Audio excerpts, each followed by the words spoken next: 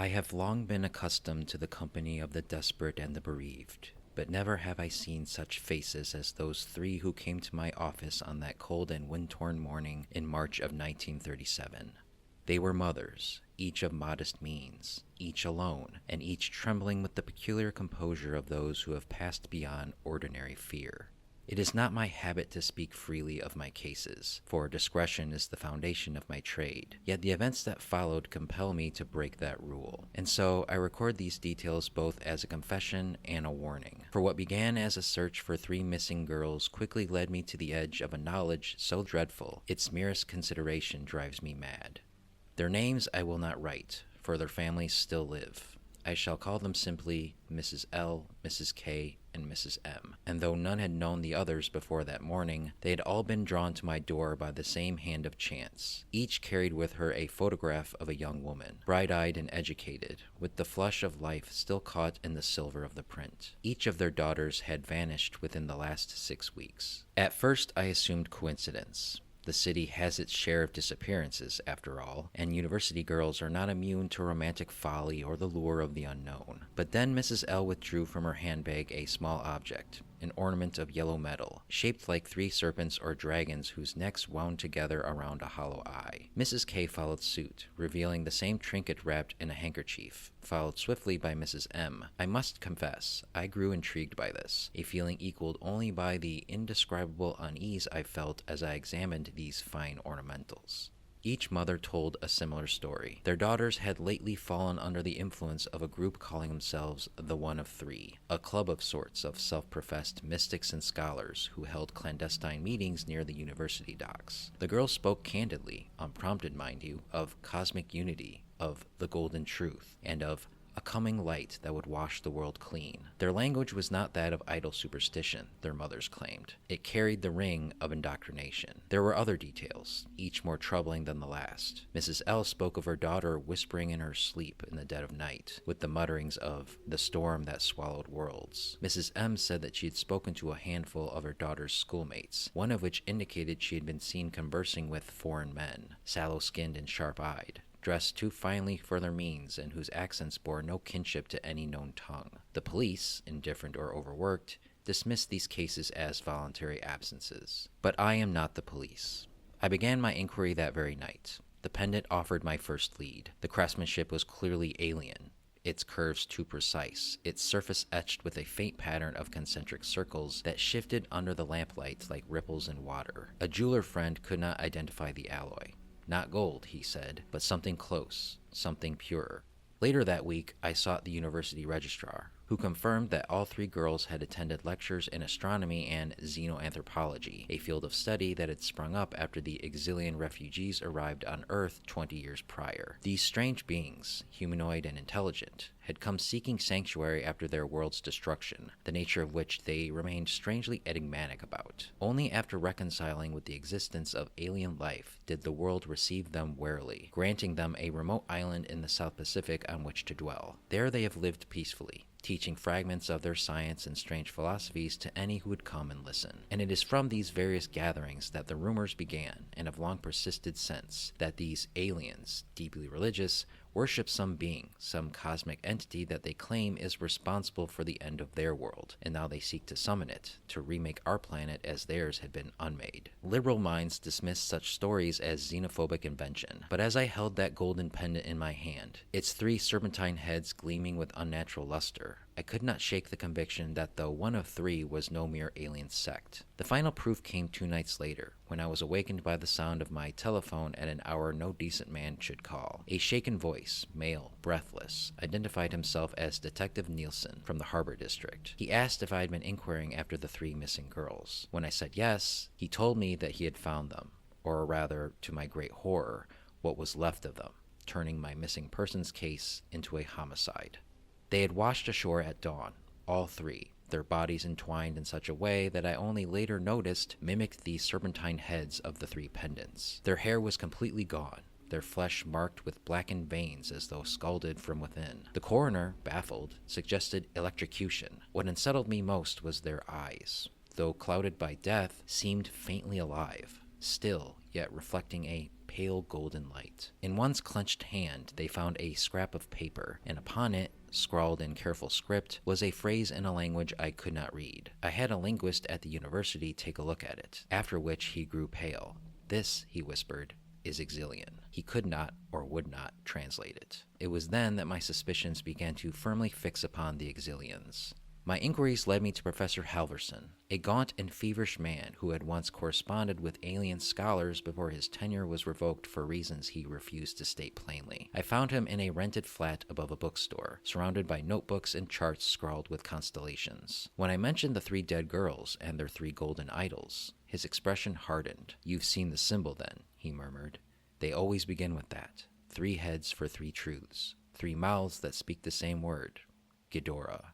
I confess an involuntary shiver seized upon me when he uttered that name. He poured 2 glasses of something dark and strong, and his voice lowered to a trembling whisper as he handed me one. "The Exilians believe," he said, "that Ghidorah's coming marks their ascension from the material to the divine. Those who survived the end of their world were changed. The ones that came here are touched by its power, and they dream of the day it will return." I asked if that meant they worshipped it. He gave a short, mirthless laugh. "Worship is too small a word. To them, destruction is salvation. They speak of an event they call the devouring of the second sphere. Earth, in their doctrine, is that sphere." "They told you this?" I inquired. "They make no efforts to hide their designs," he whispered. "In fact, they preach to any and all who will listen." Halverson's hands began to shake as he continued. "I took great pains to lend them my ear, and ever since I've suffered for it. I hear things at night. Voices that sound like thunder far away. Sometimes I see flashes of gold behind my eyelids when I close them. It's as if something watches from beyond the sky. I can feel it. I thought taking my leave would cure me of these insanities, but they persist endlessly. By some sheer coincidence that night, I dreamt of an endless void where 3 suns burned in unholy alignment, and from their convergence emerged a vast shape.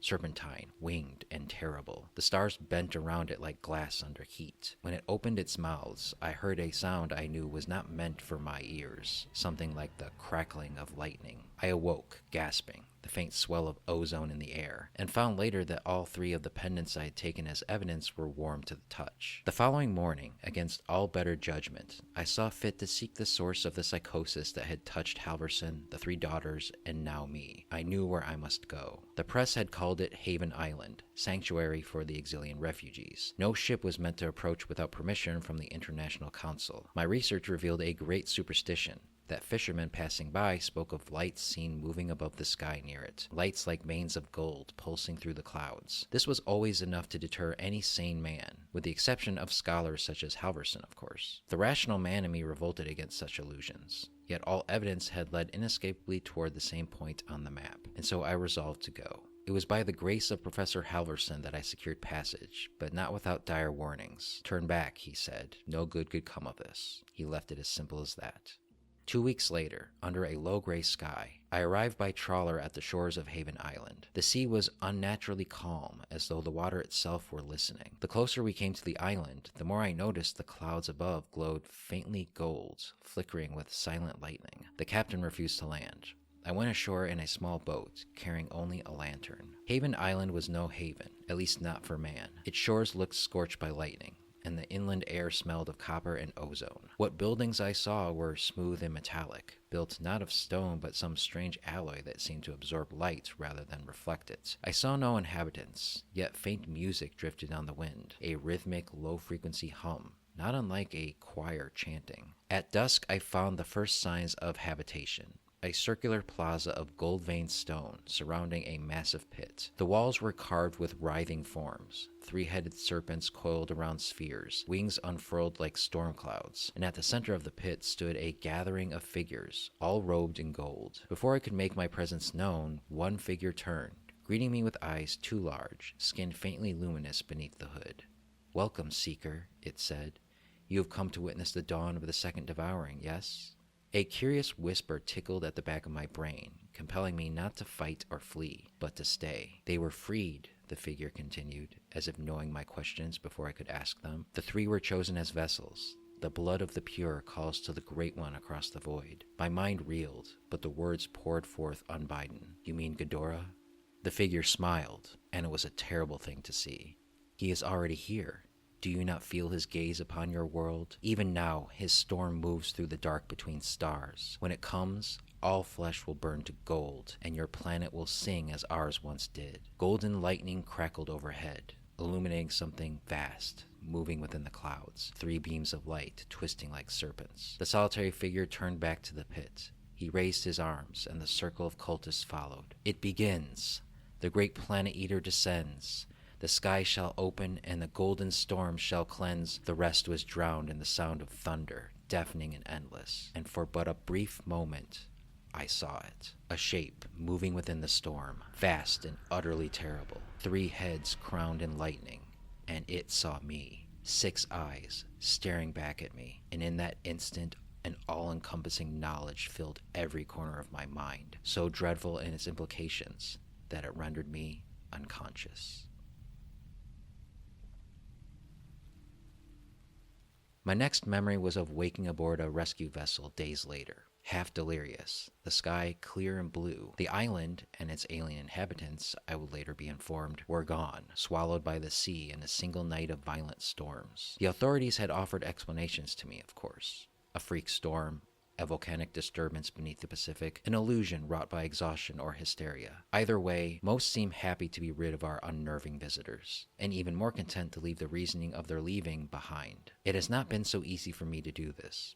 I have not slept a wink since, and with each passing sleepless night, I fear my grasp on reality slipping away. Every time I merely close my eyes, the sounds of that inexplicable experience still echo in my mind. I still see the silhouette behind the clouds, 3 necks, 3 heads, 6 eyes, twisting and writhing like serpents, their outlines made known only by the lightning that danced around them. Is it my insomnia that compels these visions that plague me? Did that night even happen? Were the Exilians themselves even reality? I must admit, I cannot tell fact from fiction anymore. My very existence seems at once both real and unreal. And so I've decided that, upon completion of this recollection, I am submitting myself to asylum. It is for the best, I fear, for myself and for the outside world, if it even exists. Indeed, pondering such an absurd question itself only confirms my submission is the correct choice. I will leave you with one last confession, and it is perhaps the most chilling. More lately, there have been nights where I feel a compulsion to look up into the sky and swear I can feel the same low hum in the air I did that inexplicable night. It's heavier now,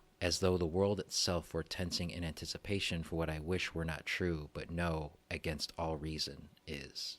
Ghidorah is here.